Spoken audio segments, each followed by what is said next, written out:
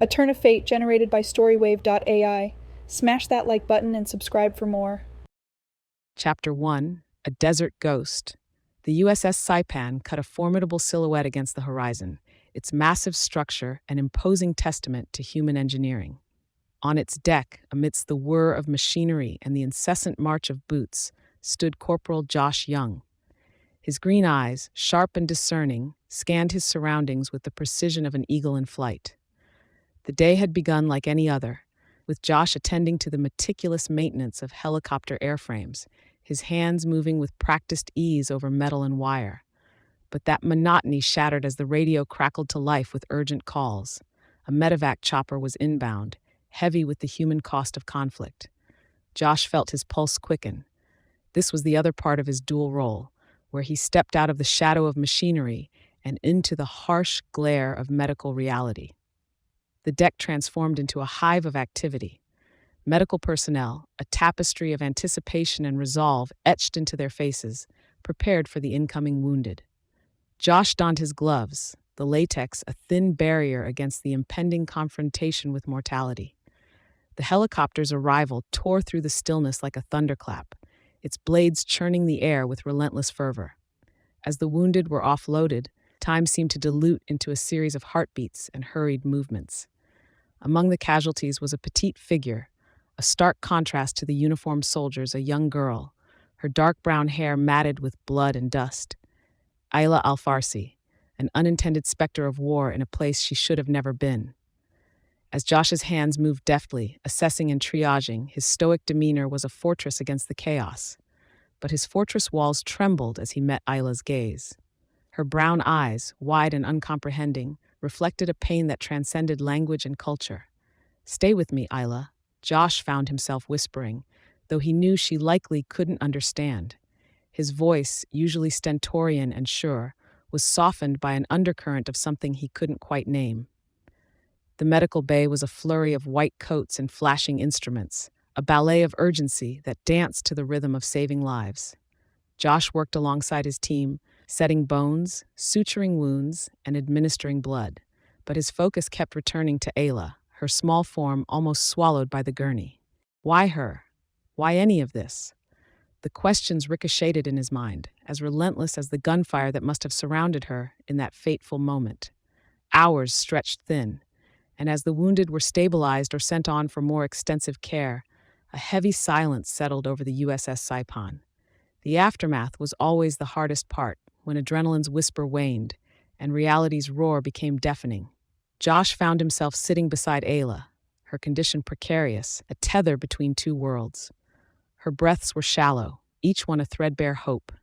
He watched her, his mind a turmoil of responsibility and helplessness. In the sterile glow of the medical bay, she seemed ethereal, a desert ghost caught between life and death. He thought of her home, of the dusty streets of Iraq that she walked, now scarred by the violence of war.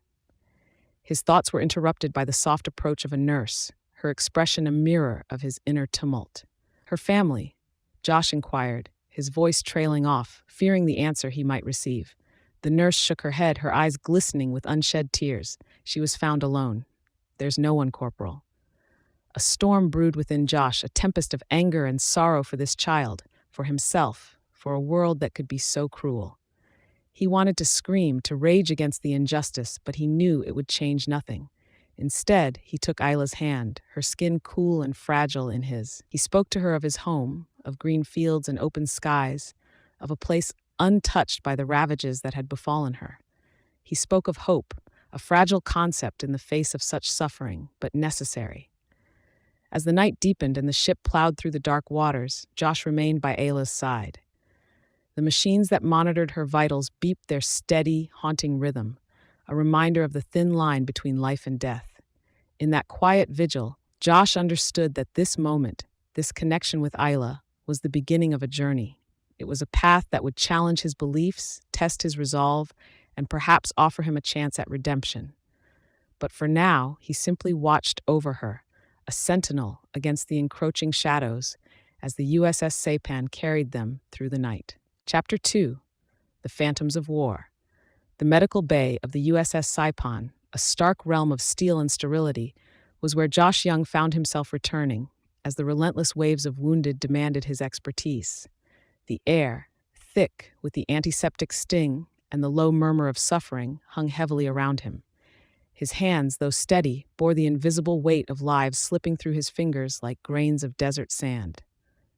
It was in the aftermath of one such long day, as the sun dipped below an oceanic horizon, painting the sky with bleeding oranges and bruised purples, that the specter of the young Iraqi girl, Ayla, lingered in every corner.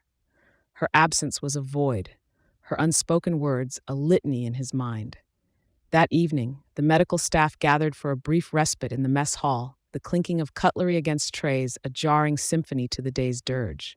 Across the table, Josh's colleague, Lieutenant Grace Harrison, regarded him with a mixture of concern and camaraderie. Her blue scrubs were as much a uniform as his own, the fabric stained with the same scars of duty. "Josh," Grace began, her voice a careful balance of authority and kindness, "you've been quiet since we lost Ayla. It's not just on you, you know." He looked at her, his face a mask of composure that barely concealed the turbulence within. "It's not about blame, Grace. It's the futility.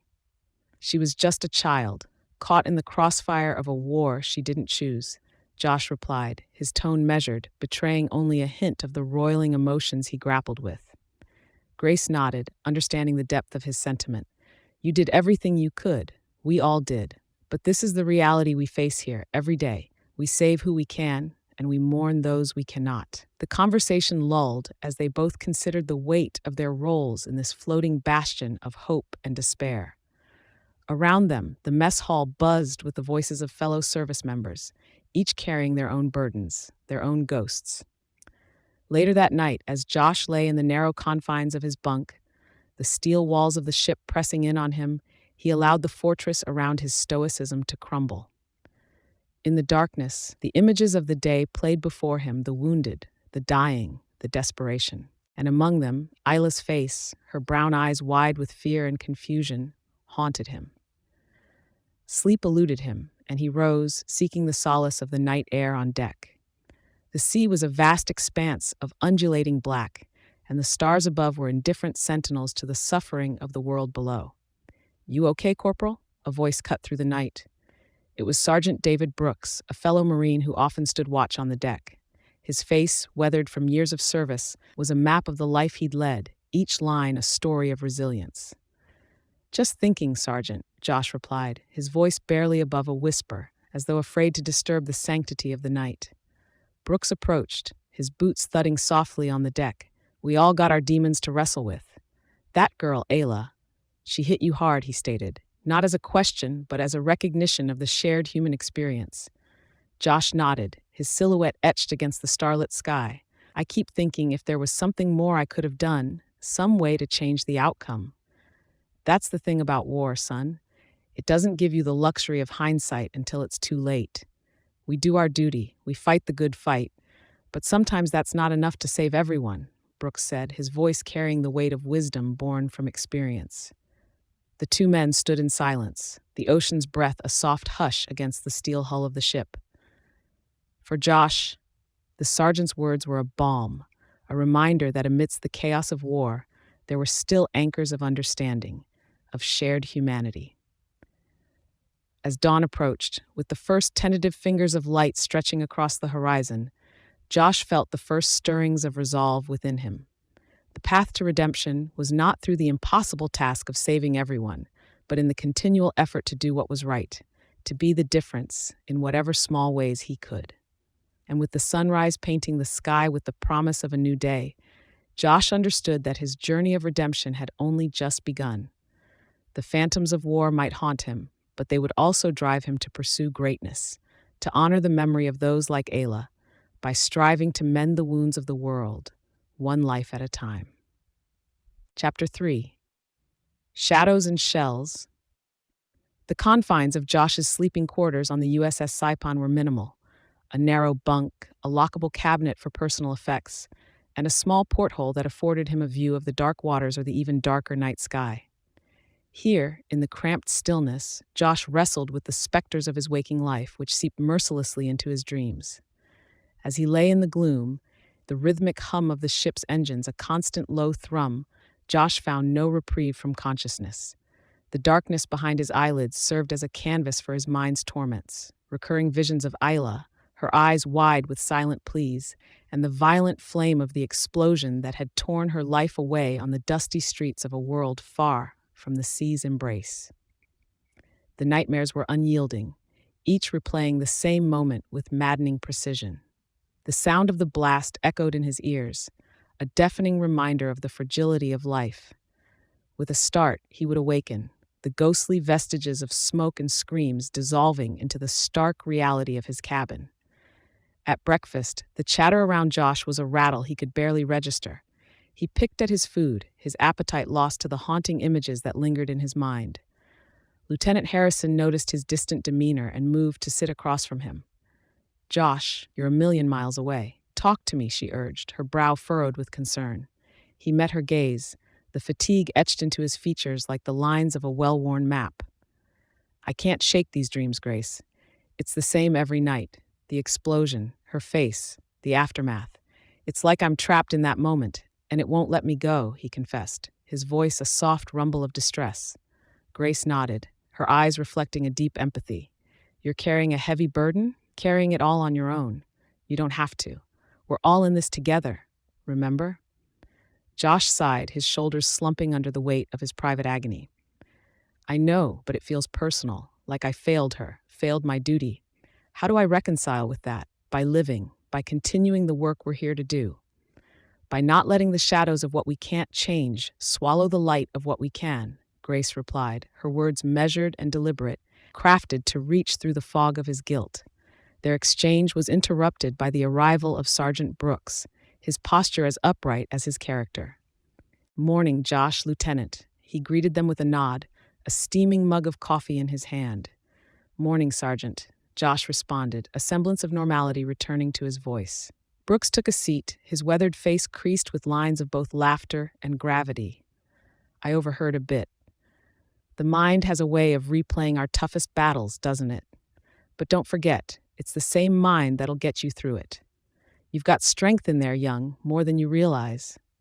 Josh listened, the sergeant's words a sturdy lifeline thrown across the chasm of his despair. It was true, he realized. The very mind that conjured the phantoms of his nightmares was also the forge of his resolve, his capacity for compassion, and his potential for redemption. The day's duties called, and Josh found himself once again amidst the flurry of activity on deck. The sea air, tinged with salt and the faintest scent of machinery, was a balm to his troubled thoughts. He threw himself into his tasks, repairing, maintaining, and preparing, each action a step toward reclaiming a sense of purpose. As the sun began its descent, painting the sky with vibrant hues of twilight, Josh stood at the railing, watching the horizon blur the line between sea and sky. Beside him, his friend and fellow Marine, Michael, leaned against the cool metal. "Beautiful, isn't it?" Michael mused, his voice carrying the hint of an accent shaped by the American Midwest. Josh nodded, allowing himself a moment to simply be, to witness the beauty of the world despite the ugliness he'd seen. "Yeah, it is. Makes you think about what's worth fighting for," he said, his tone a touch more hopeful. Michael clapped him on the back, a gesture of unspoken solidarity. "We all have our demons, Josh, but we also have moments like these, reminders of why we do what we do. Hang on to that." As night enveloped the USS Saipan, Josh felt a shift within him. The shadows of his dreams, the echoes of shells and the cries of the past would not easily be dispelled. Yet amidst the struggle, a glimmer of understanding emerged. His path to redemption would be neither swift nor simple, but it was his to walk, and with each step he would emerge from the darkness, shaped but not defined by the phantoms of war.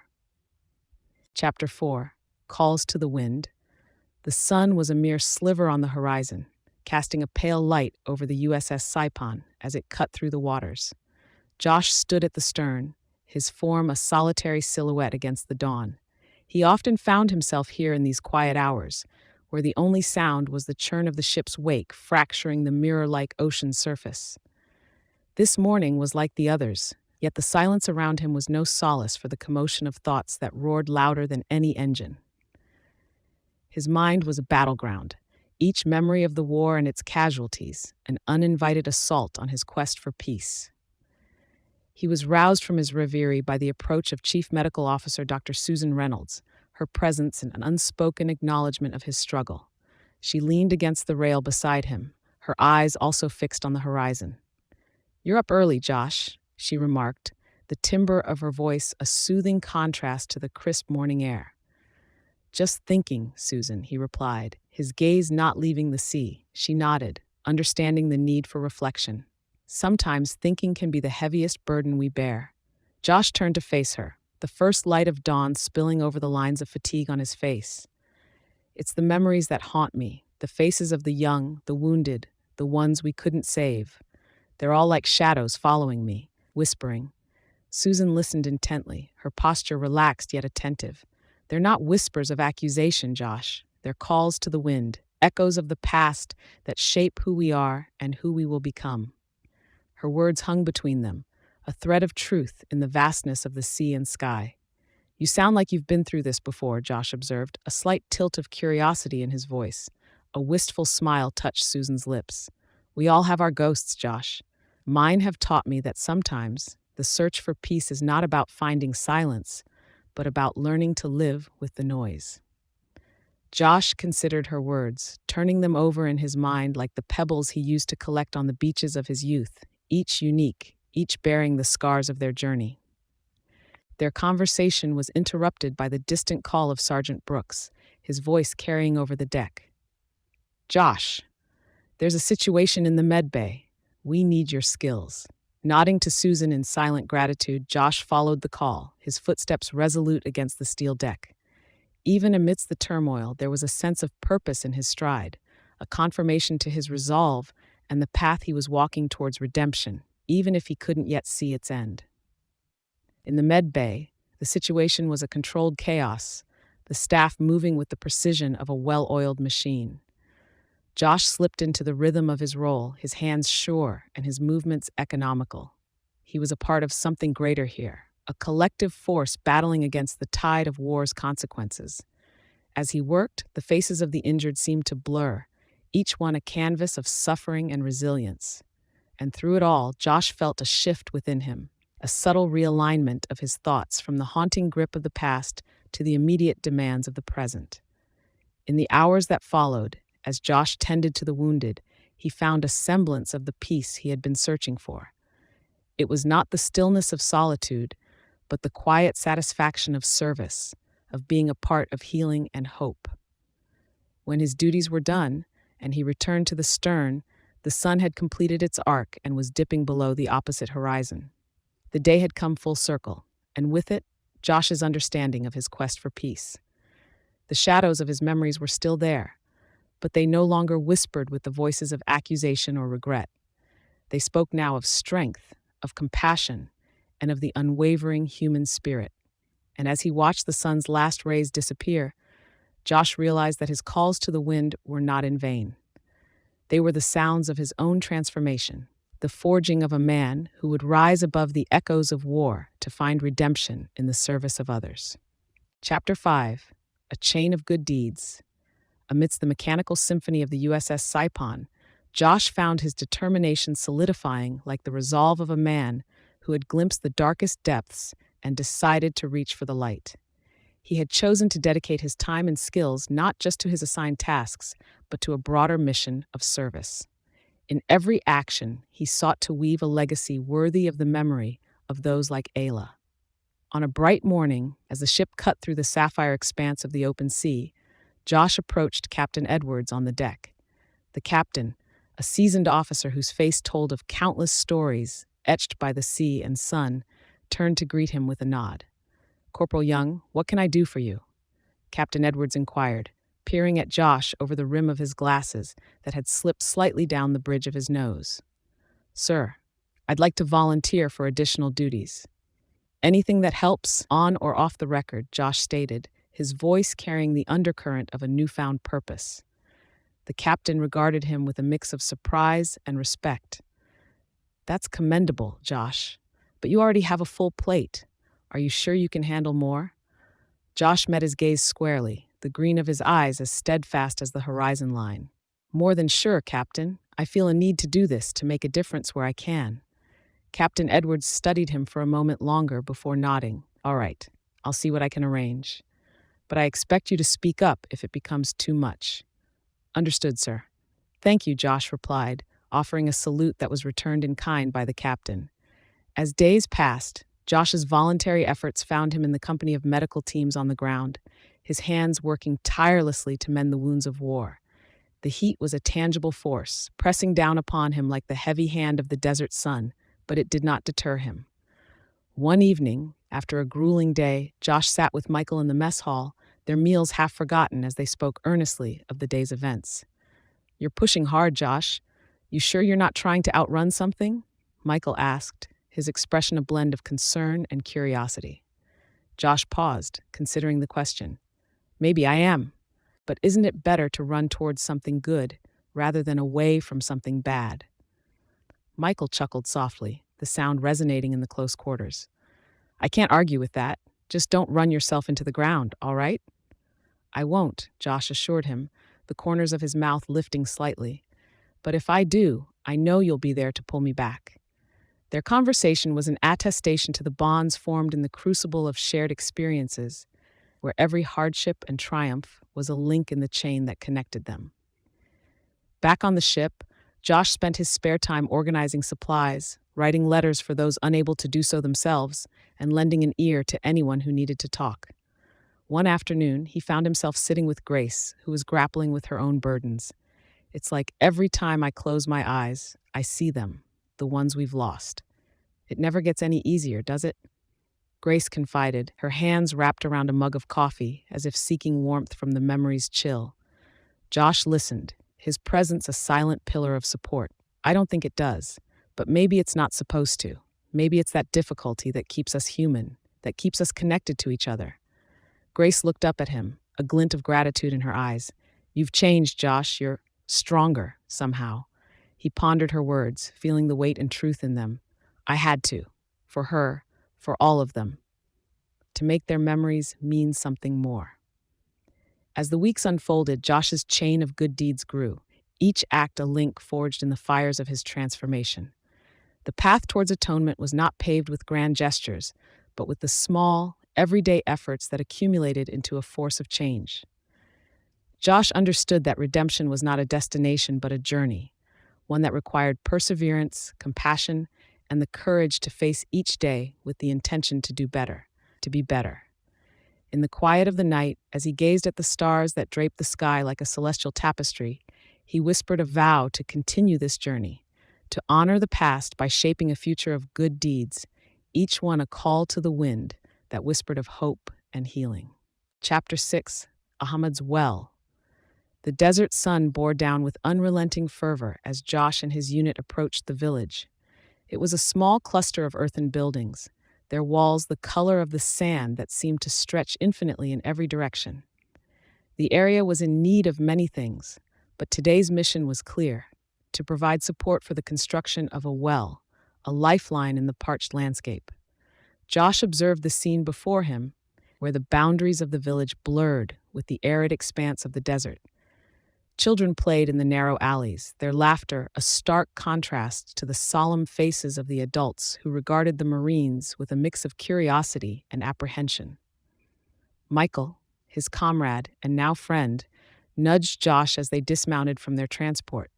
"Looks like we've got our work cut out for us," he said, gesturing to the incomplete well that stood like an open wound in the earth. Josh nodded, his gaze fixed on the villagers who were beginning to gather around the Marines. "Let's get to it then." They were met by Ahmad, an elder of the village with a face mapped by the tribulations of life. His eyes, dark and penetrating, held a wisdom that only years of survival could etch into a man. "Welcome, my friends," Ahmad greeted, his English tinged with the accent of his homeland. "Your help is like rain on our parched land." Josh extended his hand, which Ahmad clasped in a firm grip. "We're here to help, Ahmad. Lead the way." The atmosphere was tense as the Marines began unloading supplies. A crowd of villagers, young and old, watched every movement, their eyes reflecting a sky of uncertain clouds. Josh caught sight of a young boy, no more than 10, observing him from behind a weathered doorway. His curiosity seemed to outweigh his caution as he took a tentative step forward. "What's your name?" Josh asked, his tone gentle to not startle the child. The boy hesitated before replying. Sammy? Josh smiled. I'm Josh. Want to show me how you help around here, Sammy? For a moment, the child seemed to weigh his options, but the prospect of involvement won out. I can show you, Sammy responded, a flicker of pride in his voice. As the day progressed, the initial wariness between the Marines and the villagers began to ease. The air was filled with the sounds of labor, the clink of metal, the scrape of shovel against stone, and the murmur of voices. Michael and Josh worked alongside the men of the village, their uniforms stained with the same dust that coated the hands of the locals. During a break, Josh sat with Ahmad, sharing a sparse meal under the shade of a tattered awning. Ahmad spoke of the village's struggles, of droughts and conflicts that seemed as endless as the desert itself. We do not forget the kindness of those who help us, Ahmad said, his voice a low rumble like distant thunder. But the sky does not always remember to send rain.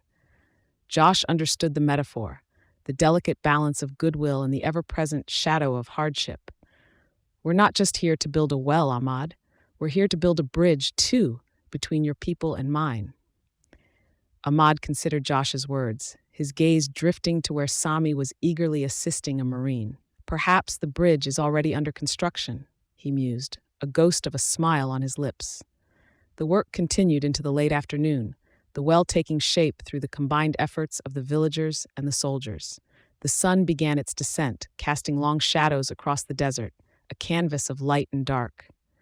As the day drew to a close, the well's foundation was set, a symbol of progress and hope amidst the barren landscape. Josh stood back, his muscles aching from the exertion, but his heart buoyed by the sense of achievement that rippled through the crowd. Ahmad approached, extending his hand once more. You have given more than aid today, Josh. You have given us a sign that even in the midst of war, humanity can flourish. Josh clasped Ahmad's hand, the setting sun casting their combined shadow onto the earth that held the promise of water and life. In honor of those we've lost, we find the strength to help those who remain, he said, not as a farewell, but as a statement of purpose. As the Marines prepared to leave, the villagers gathered, their faces no longer veiled by skepticism, but open with gratitude. The well, a simple structure of stones and hope, stood as testament to what could be achieved when civility overcame conflict.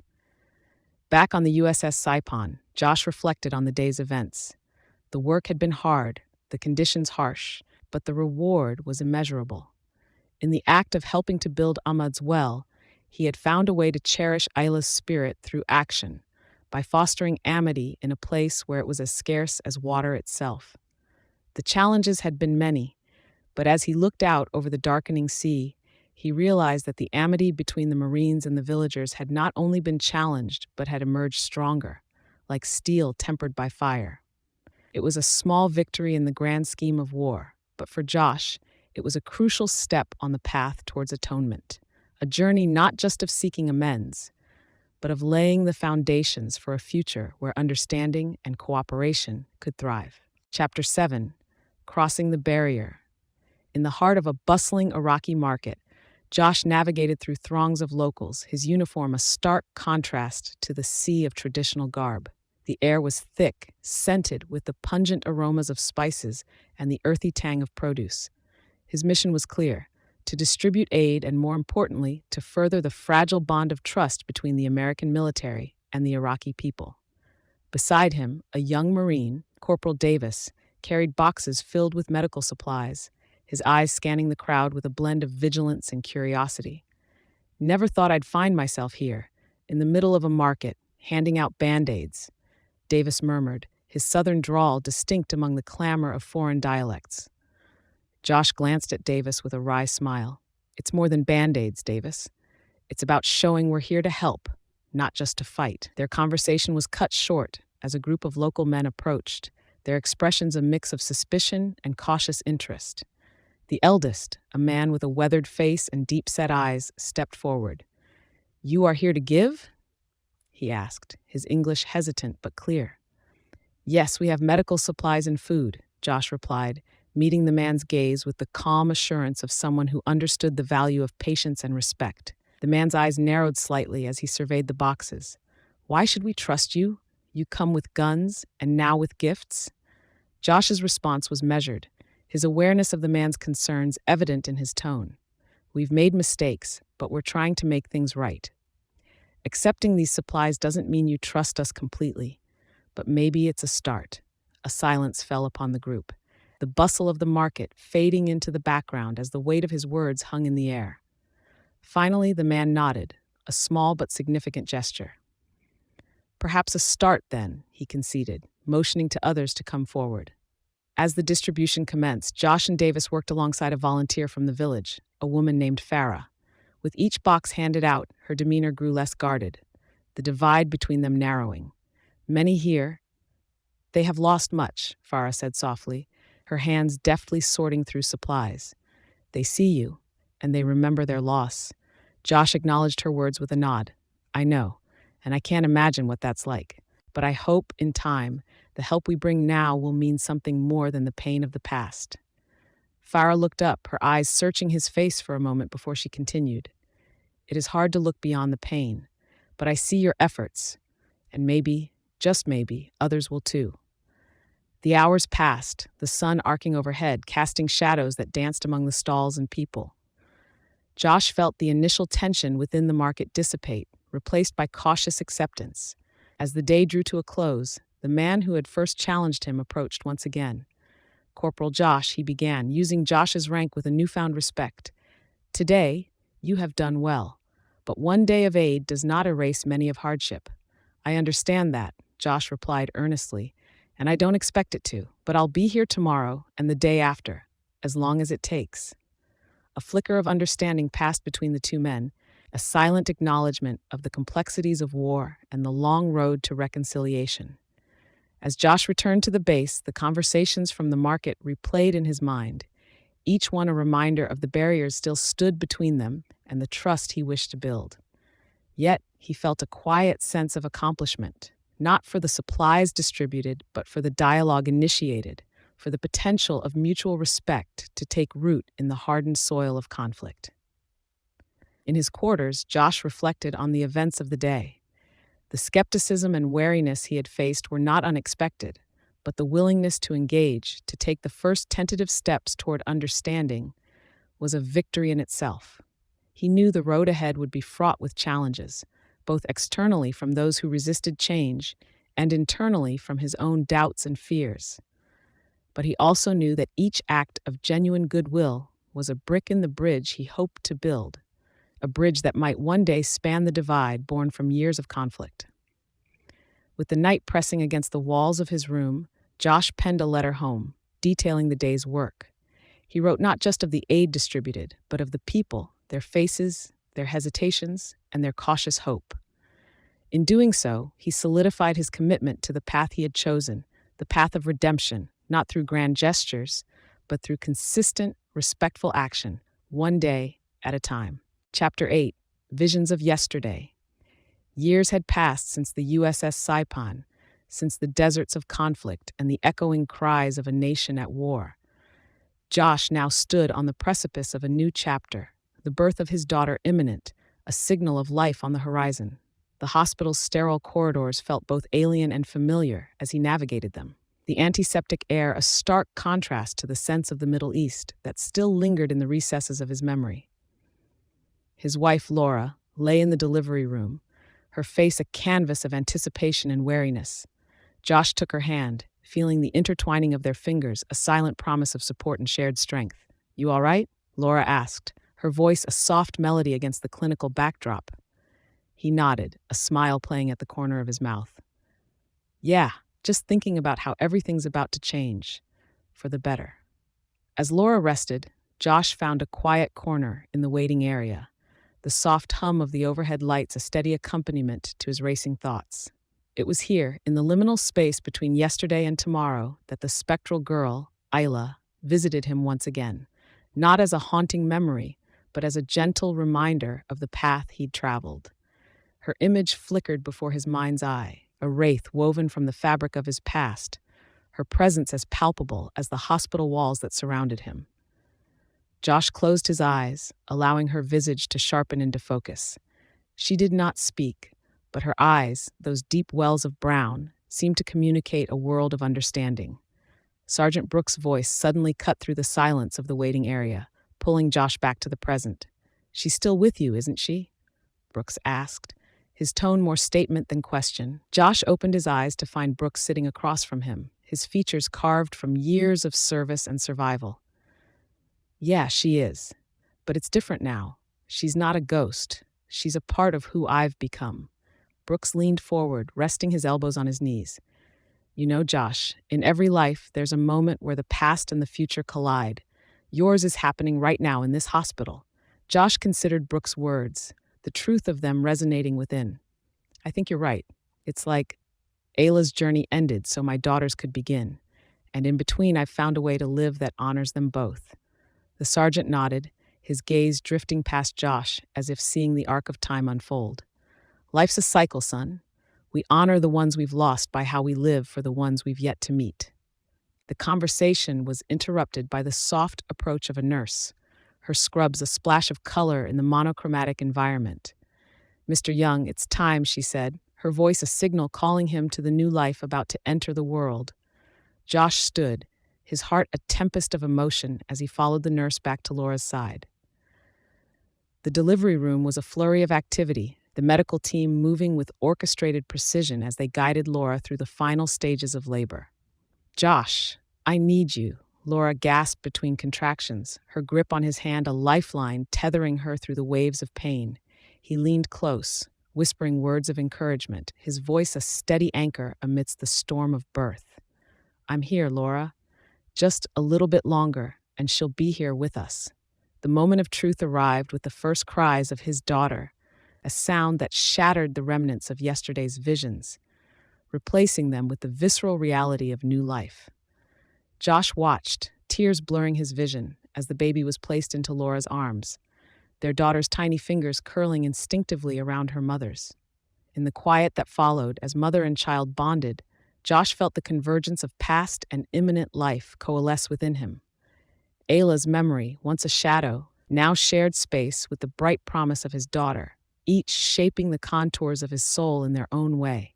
He stepped closer, peering down at the newborn, her features a miraculous blend of him and Laura.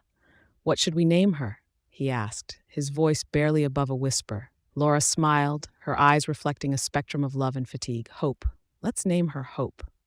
Josh nodded, the name a perfect embodiment of their daughter's significance.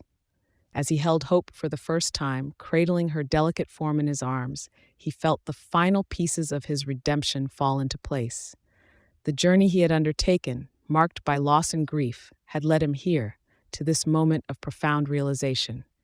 With Hope's birth, the cycle of life continued, the past giving way to the future, and the promise of new beginnings. In her eyes, Josh saw not only the reflection of himself and Laura, but also the glimmer of Ayla's legacy, an enduring reminder that even the most painful memories could be transformed into the foundation for a future filled with love, compassion, and the unwavering belief in the power of redemption. Chapter 9, Promise to the Unseen. In the pale glow of the hospital room, under the watchful gaze of a tired yet elated Laura, Josh cradled his newborn daughter, Hope. The room was quiet, save for the occasional murmur of medical equipment and the distant shuffle of nurses' feet outside the door. In this sanctuary of life's beginnings, Josh's eyes were fixed on the tiny, wrinkle-faced infant swaddled in his arms. Her chest rose and fell with each breath, a rhythm that was both delicate and determined. "Hey, Hope," Josh whispered, his voice steady and sure. "You won't remember this, but I'm making you a promise right now." Laura observed, a tired smile gracing her lips as she listened to the one-sided conversation unfold between her husband and their daughter. Hope stirred slightly, her fingers twitching in a dream she was too new to understand. Josh continued, his words a soft blanket enveloping the child. "I've seen a lot of things, kiddo, things no one should ever have to see. And I've met people who, despite everything, had a strength that I didn't know existed. There was this girl, Ayla. She was about the age you'll be in 8 years or so." Josh paused, his throat tight with the weight of memory. Laura, sensing the direction of his thoughts, interjected gently. "Josh, you don't." He held up his hand softly. "No, I need to say this. It's important. Hope needs to know." Laura nodded, her hand finding Josh's free one and squeezing it in silent support. Josh cleared his throat and focused on the infant in his arms. Hope, Ayla taught me a lot without ever saying a word. She taught me about resilience, about what truly matters in this world. I couldn't save her, but I can do something for her. I can make this world a little better for you. His fingers gently brushed Hope's cheek, and her tiny mouth puckered in response. I promise to protect you, to teach you the good and shield you from the worst. But it's more than that. I promise to honor the memory of those who aren't here to see the beauty of life that you represent. Laura listened, her heart swelling with love for the man who, despite the shadows of his past, stood resolute in his commitment to their future. You're going to grow up in a world that's complicated, with shades of gray I wish you didn't have to see. But I'll be there to help you understand them, to guide you through them, Josh said, each word like a stone laid on the path of Hope's life. And I'll teach you about Ayla, about her courage, so that when you walk this earth, you carry a piece of her spirit with you, so that the life cut short will continue through you, through the good you'll do, the kindness you'll show. Hope yawned, her tiny face scrunching up and then relaxing. Josh smiled, his heart full in a way he'd never known possible. Laura's voice, soft yet resonant, broke the silence that followed. She'll know, Josh. She'll know all of it, through the love and life you give her every day. Josh looked at Laura, his wife, the mother of his child, the partner who had weathered the storm of his past with unwavering support. In her eyes, he found the reflection of his own resolve. The room felt like a cocoon, sheltering the nascent bond between father and daughter, mother and family. The promise made to Hope, a pledge to unseen forces, was not only a vow of protection, but also an oath of legacy, a commitment to carry forward the lessons of the past into the actions of tomorrow. As Josh gently placed Hope back into her bassinet, he felt the subtle shift within him, the alignment of duty to both his daughter and the memories he bore. This moment of truth, this silent promise, was the embodiment of the redemption he sought, not through grand gestures, but through the quiet resolve to nurture, guide, and love with the strength and agility of the human spirit. Chapter 10, Liberation from Sorrow. Josh stood in the nursery, the walls adorned with gently rolling hills and serene blue skies, in a mural that seemed to breathe tranquility into the room. Hope lay in her crib, her chest rising and falling with the serene rhythm of sleep. The soft pastel hues of her blankets enveloped her in warmth, while a mobile of stars and moons danced lazily above. As he watched over his daughter, his mind turned over the years that had brought him to this moment, each memory a thread in the intricate tapestry of his being. The stillness of the nursery contrasted sharply with the internal chatter of his past, the two worlds colliding in the quiet observation of his slumbering child. The door creaked softly, and Laura entered, her presence a comforting reminder of the life they were building.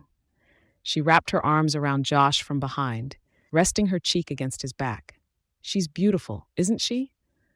Laura whispered, her voice blending harmoniously with the hushed ambiance of the room. Josh placed his hand over Laura's, his fingers entwining with hers. "She's perfect," he replied, his words laced with the awe that fatherhood had instilled in him. For a moment, they simply stood together, united in their silent appreciation of the life they had created. Josh then turned to face Laura, the faintest glimmer of moisture in his eyes, reflecting the soft light filtering through the window. "I've been thinking," he began, his voice a steady stream, "about everything that's happened, about how it's shaped me. I've carried so much for so long." Laura nodded, urging him to continue, her eyes a well of patience and support. "I've been caught in this idea that I needed to atone, to make up for the lives lost, for the pain caused. But standing here now, with you, with Hope, I realize that maybe it's not just about making up for the past. It's about embracing the future, too." Laura smiled, a beam of understanding and love. "Josh, you've done more than anyone could have asked. You've given so much of yourself. It's time to forgive yourself, to accept that you are more than the sum of those painful memories." As her words settled over him, Josh felt a shift, a subtle loosening of the bonds that had held him captive to his own expectations and guilt. He exhaled slowly, a breath he felt he had been holding for years. "You're right, Laura.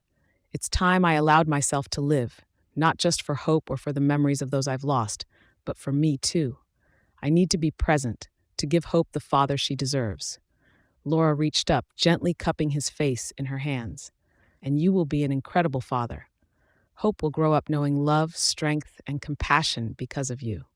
Josh leaned into the touch, a sense of liberation washing over him.